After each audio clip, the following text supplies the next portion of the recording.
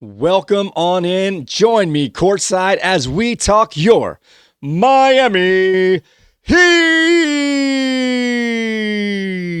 All right, everybody. Thank you for joining me today. Thank you, Heat Nation. It is our first episode of the Miami Heat basketball beat for the 2026 calendar year. I'm your host, Michael Furley, and I want to thank you all so very much for joining me today. This will be our post-game wrap-up of our game on Saturday, January 3rd, The Minnesota Timberwolves came in at 21-13 up against your Miami Heat at 19-15, coming in with a 4-game winning streak, 6th in the East.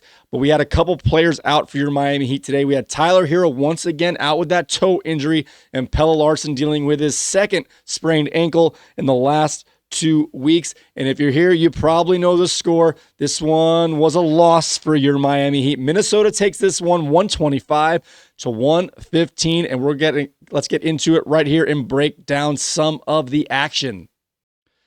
All right, to start this game off, your starters for your Miami Heat was Norm Powell, Davion Mitchell, Bam Adebayo, Andrew Wiggins, and Kel'el Ware. This particular group came in, I believe it was 5-3 as a starting unit here up against the Timberwolves here. And right off the bat here, it was a rebound dominance by Rudy Gobert, getting multiple offensive rebounds in the first couple of minutes, including a couple of putbacks and dunks, which really set the tone for this particular matchup. We had an injury early in the game here. I believe it was in the first quarter. Norm Powell leaves with what they called leg soreness. He was questionable to return, and actually they were saying he was unlikely to return. However, later in the first half, in the middle of the second quarter, Jaime Jaquez left with an ankle injury. He tweaked an injury there. He was deemed questionable return, and then he was deemed likely to return, only to be soon after be ruled out for the rest of the game. Once that came down as a ruled out for Jaquez, Powell found himself back in the lineup. He got back on the court, which was helpful here. We needed all hands on deck in this one. And at the end of the first half, the Minnesota Timberwolves were up 56-50, despite Miami not playing well at all, being dominated in several phases. But the Minnesota Timberwolves were a little cold from three. That kept this game in striking distance for your Miami Heat, despite the little bit of a slow start.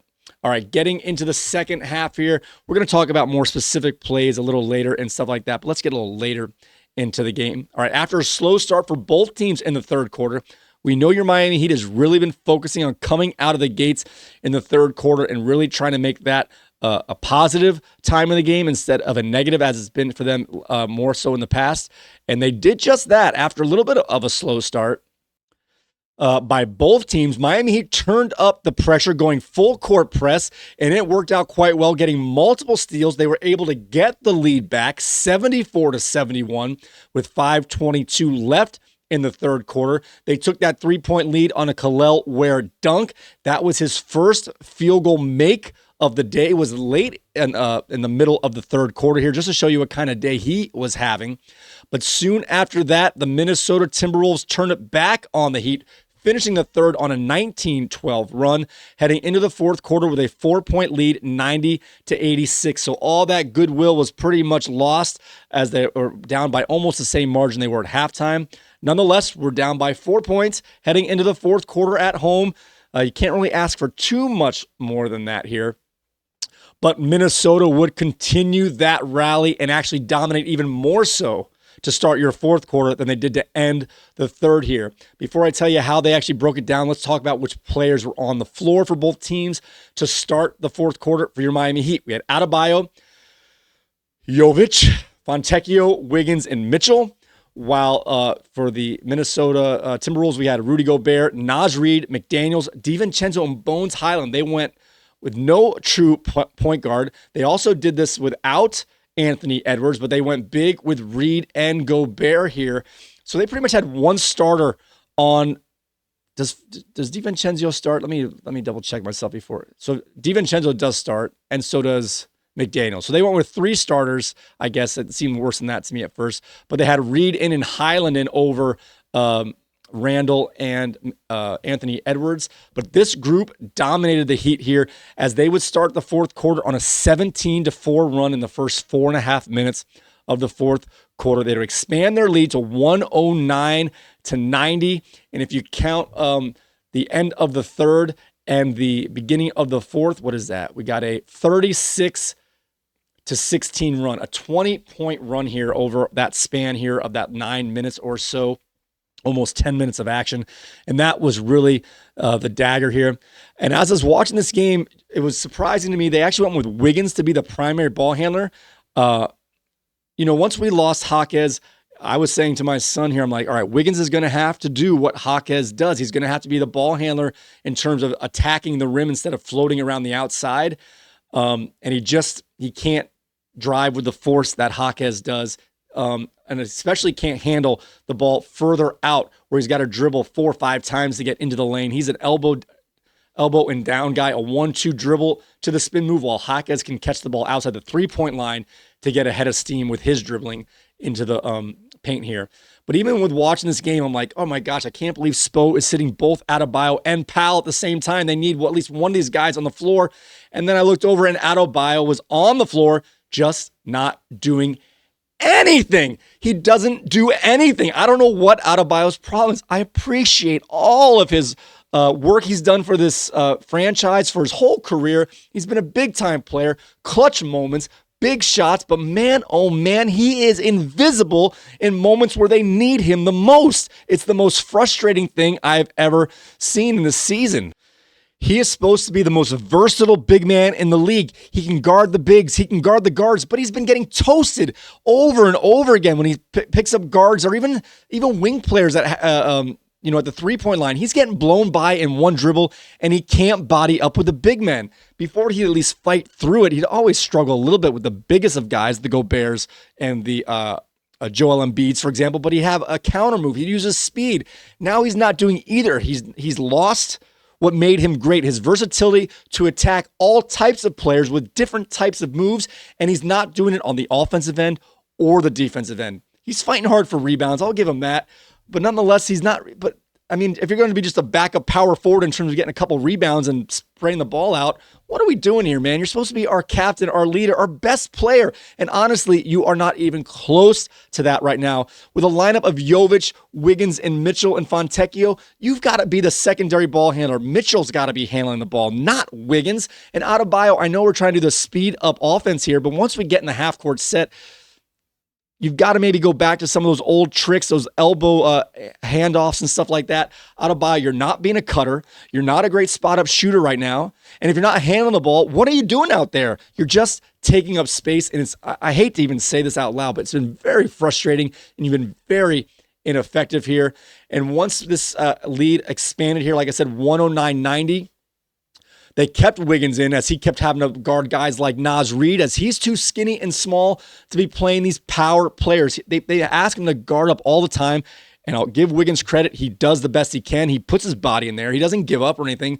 But when you're giving up 40, 50 pounds to these guys and even the girth that goes with it, you just can't hold up, and he's getting dominated. Naz Reid went off in the end of the third quarter and the beginning of the fourth quarter. 3-pointer after 3-pointer, tip-in after tip-in.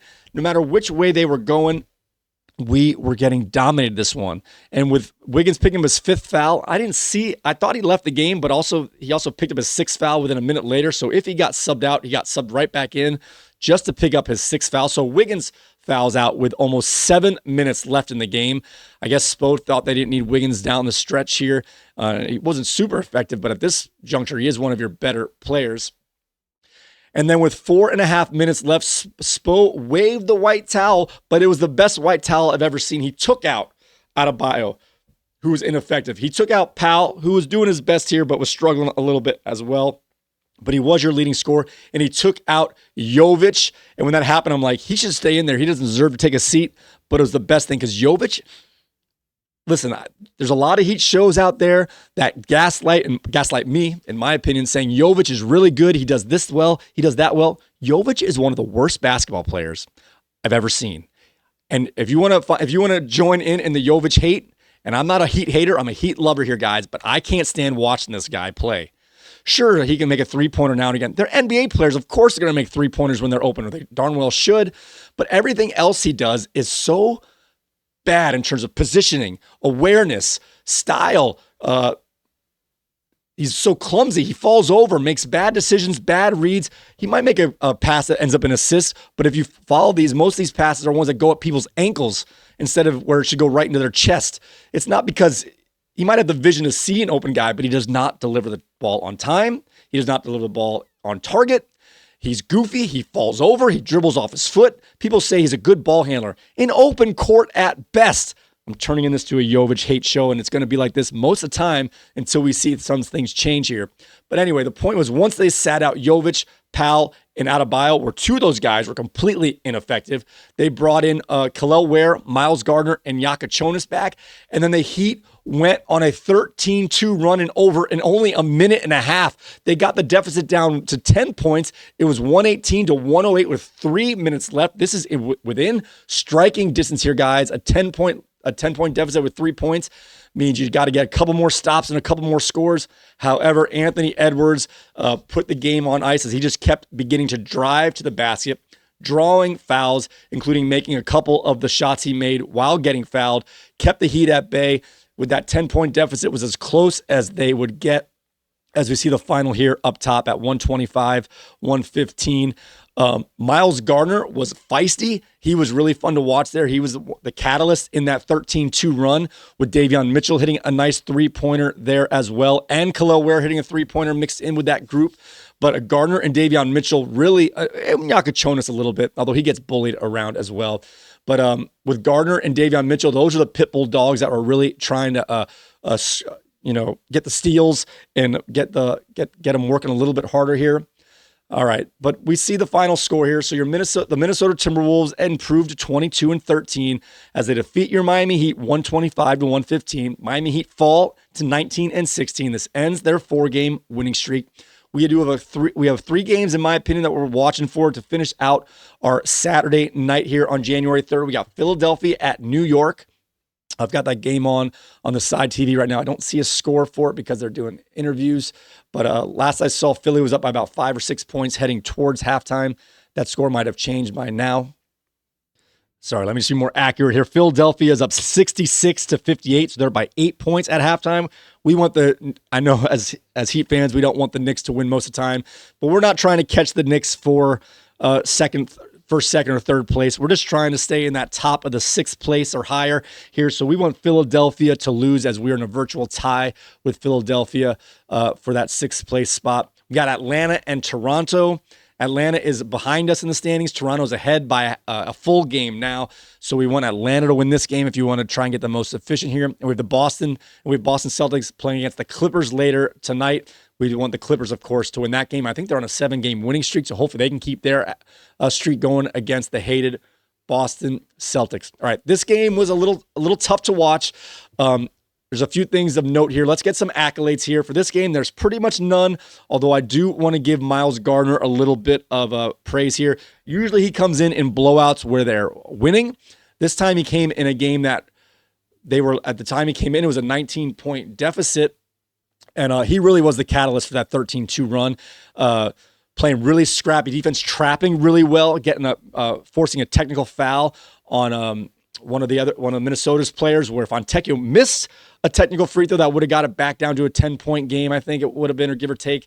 But that's where it really ended right there when Fontecchio missed that free throw and we had a foul prior to that and they made their free throws. It just kind of kept that 10-point deficit at bay there. Now players to dump on. I already did a little bit here, but I'm dumping on Bam here over and over and over again, especially for the last, 2 weeks to a month. He has been playing, I don't want to say bad basketball, unaware basketball for how the NBA is. It's all about mismatches. I know the Heat like to play in space, and that's what works best for them, but not every part of the game, not every possession is relying on space. Every once in a while, you got to dump it down here and find the mismatch, and Bam will get the mismatch and not play the mismatch accordingly. He'll have a small guy on him and try and take him off the dribble and then do a fadeaway. He'll have a big guy on him and try and shoot a three-pointer with him already on him while he's at the three-point line. When you have the big guy on you, Bam, give a little jab step, take him off the dribble all the way to the basket. There's no rim help if the rim help defender is out covering you near the three-point line. When the small guy's on you, back him down. And if they don't bring the double team, then you do your little hook shot, your little fadeaway, or even ducking if you can get it. And if they bring in the help, then you spray it to your capable cutters and three-point shooters. But he's not doing that. He's not doing the right play against the right matchups. And on defense, I know they say he's great on defense.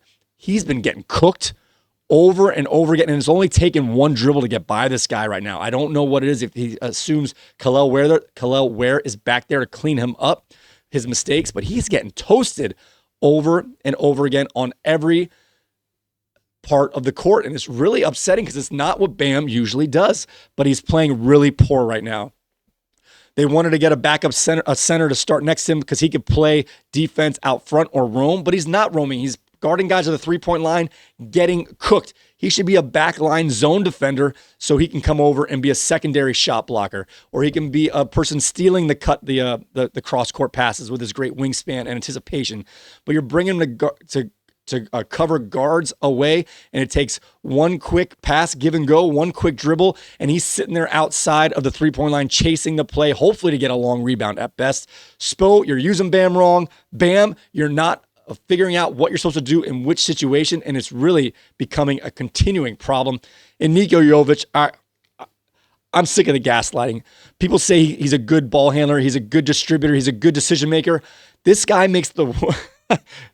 I've already said my piece a little bit. We'll come back to this, as this will be a recurring theme on Miami Heat Basketball Beat, as we are not a fan of Nikola Jovic on this show. You can hate me for that if you want, but just watch the games, watch him get bullied, watch a 6'11 player not dunk on wide open fast break layups. He had a chance today. He was going in sky high for what looked like would have been not an easy dunk in terms of how hard he was running, but an easy dunk as he already had the momentum. He was jumping. He was above the rim. No one went for the block. And instead of going for the jam overhand at the last second, he went to flip an underhand something that just ricocheted 100 miles an hour off the backboard. He's got no touch. He's got no awareness. Yes, he makes a layup now and again. He's 6'11", man. It's right there. He's got to tap it in. Of course he's going to make a layup when he gets a cut now and again. But my goodness, I can't stand watching this guy. And I was upset when they signed him to the extension. And the only reason I would not allow it, it's not my place. The only reason I would understand it if they were using him, because usually when they make these trades, you need salary filler. And Nico, if he was in a trade package, would only take up a couple million, and then you have to throw in someone like a Rozier if you could trade them. But maybe now with Rozier not being tradable, you need other money to kick up there. As Khalil Ware doesn't make any money. Hawkes doesn't make any money. Those are the type of guys you have to throw in trades. You need someone who is going to fill out some salary. And that's the only reason I thought Nikola Jovic got the extension, so they could trade him as a salary filler. But I don't know who's going to want him. Not at that price. All right, other players, other things we're going to dump on today here is Spo. Over and over again, putting the ball in the wrong guy's hands here. You have Adebayo and Davion Mitchell, but you put the ball in Wiggins' hand. We all saw it last year. Wiggins is not a primary ball handler. He's not even a secondary ball handler.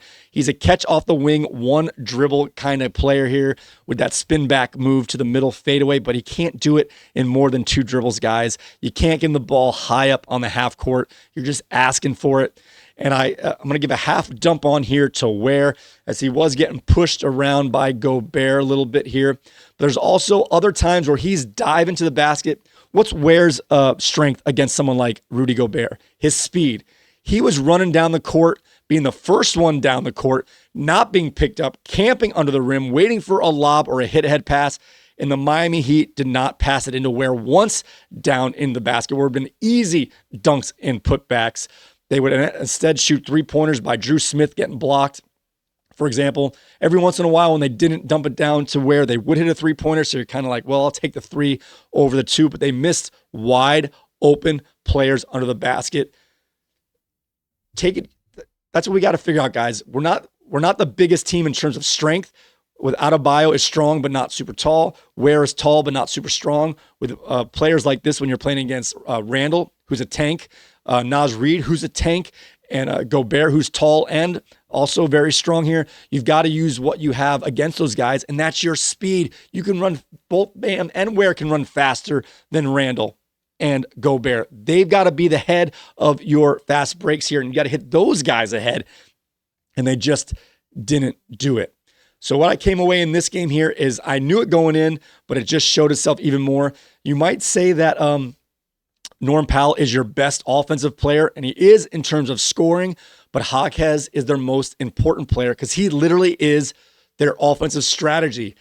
Drive as hard as you can to the basket, play with tempo, play with speed, and then just whatever comes from that. If they collapse, spray. If they don't collapse hard enough, take the basket. Jaquez is their offense. They always come back or take the lead here when Jaquez comes in the second half of the first quarter. They tend to do well in the second half of the third quarter, heading into the fourth quarter. And without him in there today, those times of the game is where it was lost. Jaquez, I'm hoping his ankle turn did not look that bad. It didn't fold over. He stepped on someone's foot, but it looked more like a jam, a sprain of an ankle as opposed to a full twist. So I'm hoping they just had him sit out because they are playing again tomorrow against the Pelicans. So I'm hoping that they figured we're not going to have him play 2 games in a row anyway on this ankle. Let's just get him out, start the rehab going because we're going to need him for Sunday and the rest of the road trip coming up here. So Jaquez, in my opinion, is the most important player for the Heat right now because he's their identity. Without them, they have no offensive identity, no offensive philosophy. We saw that today because Bam can't do it. Wiggins can't do it on long stretches here, and Powell needs to have the defense collapse around him to get those open shots and those one-cut dribbles, drives to the basket. All right, guys, a quick look at the box score just to see if my thoughts here match what the actual numbers show. All right, let's just start with the visiting Timberwolves real quick. Let's get this out of the way here. We had DiVincenzo had 11 points. He actually really struggled, only shot 1 of 8 for 3, but his presence was felt as he was a defensive disruptor, made most of his baskets on cuts to the basket here.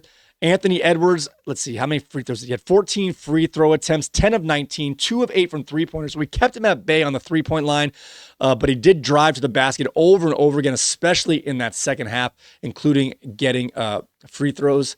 Julius Randle, 23 points. Come on, guys. Can't let this guy dominate you here. Rudy Gobert had 13 points on 5 of 7 shooting here. Made all of his free throws. And how many rebounds did he have? 12 rebounds, including 4 offensive rebounds. And on the bench here for the Timberwolves, Naz Reid was dominating, especially in that second half. 29 points for Naz Reid, 10 of 15 shooting, 4 of 7 from the three-point line. He only had 4 rebounds, but he had a lot of seemed like he got a lot of putbacks, tip outs, and whenever the ball found his hands off those tip outs and loose balls in the front court here, they would find him in the corner for a dagger three-pointer or even a running short shot for a layup here. He was really the difference when the game was getting turned, as they had Anthony Edwards out to start the fourth quarter, and Naz Reid went ham to extend the Minnesota lead. All right, you heard me complain. You heard me talk about it a little bit. Let's look at the Heat box score and see if it matched up here.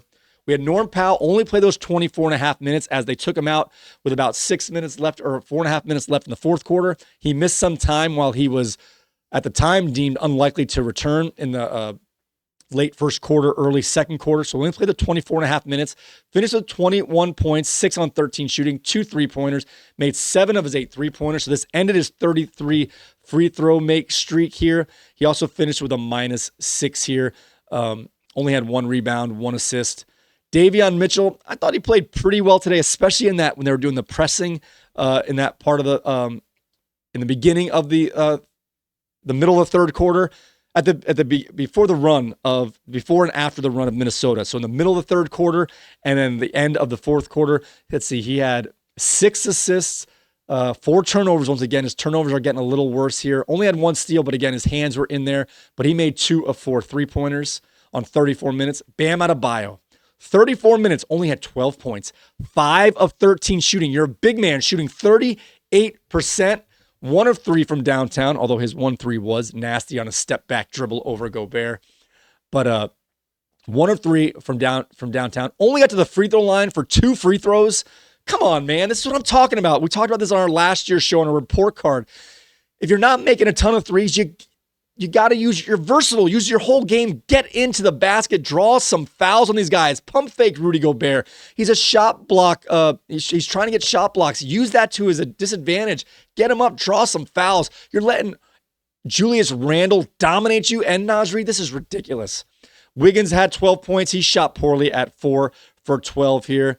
Only had 1 turnover, but only also had 2 rebounds. He was not very effective. Kel'el Ware had a tough day today, but mostly because he didn't touch the ball. He had 7 field goal attempts, and most of those came towards the end of the fourth quarter here. He was 1 for 3 from downtown. He had 8 rebounds. Bam Adebayo had 9 rebounds, just to keep that off here. So they got dominated on the glass here. Well, Ware struggled, was getting pushed around by Gobert a little bit. It seemed like he was just off timing. By every time he went to reach for a ball, the ball would get sprayed behind him, and by the time he turned around, someone would put it back on him. He was just a little slow today, or a little off sync. But again, shooting 4 for 7, 1 for 3 from downtown. In terms of the times he touched the ball, he did fine. But like I said, they were not giving him the ball at all. Nikola Jovic had 14 points. That sounds good. Shooting 4 for 8. That sounds good. But on 27 minutes, had 3 turnovers. Once again, 4 assists. So he had more assists than turnovers here. But he only had 3 rebounds. And he's our de facto backup center and backup power forward. He's got to be stronger, which he's not. He only shot 1 of 4 from 3 again. Yakachonis in 17 and a half minutes made 1 3-pointer earlier. Fontecchio's jacking up garbage shots. Fontecchio was a -20. Jovic was a -19. Bam was a -9. The only player who had a plus, Ware was +0 or -0 in the starting lineup. He had the best plus-minus of all our starters. And our best plus-minus of our bench players was Jaime Jaquez at +8 when he came in. They shrunk down the deficit there when he came in. And Miles Gardner in those last 4.5 minutes were our only bench players to have plus. Oh, and Yakachonis had +5 as he was with that group at the end of the game as well. Just to show you how important Jaquez is here. Less time for Jovic, for sure. I'd rather play Miles Gardner. I'd rather play, Mr. Showtime. Why am I forgetting his name all of a sudden? Keyshawn Johnson. At least he's a big body who can battle. In a game like this, this would have been a great game to play Keyshawn Johnson to bang with someone like Naz Reid. Just have him bang with the guy. That would have, man. Oh, they have him on assignment to the G League. That's why. God, man. You've got to know what type of team you're playing against. You're playing against a big, strong team. Get as many of your big, strong players out there. Again, this is why I'm giving Spo. They're giving a lot of credit because they changed the offense, but I still see these in-game decisions. He's really killing us. All right, I'm going longer than I wanted to here. Another loss for your Miami Heat after their 4-game winning streak, so they can afford 1 loss here. They were playing against a really good team, and the injury to Jaquez really put him behind the 8 ball here. But when you have injuries like that, your best players should pick up the slack. Adebayo, you're on my short leash here. Short list. You better show up tomorrow against those Pelicans. All right, guys, thank you very much. Our format is going to be evolving here as this is a newer show for us here. You can find us on our YouTube channel at youtube.com/@ Miami Heat Basketball Beat. And you can also find our podcast on YouTube Music at the moment, guys, there as well, Miami Heat Basketball Beat. Thank you, guys. Good. Hope you have a great evening, a happy new year, and hopefully we can have a win tomorrow against the New Orleans Pelicans. With that being said, guys, may you please make your free throws. May your coaches' challenges be successful, and we will see you next time.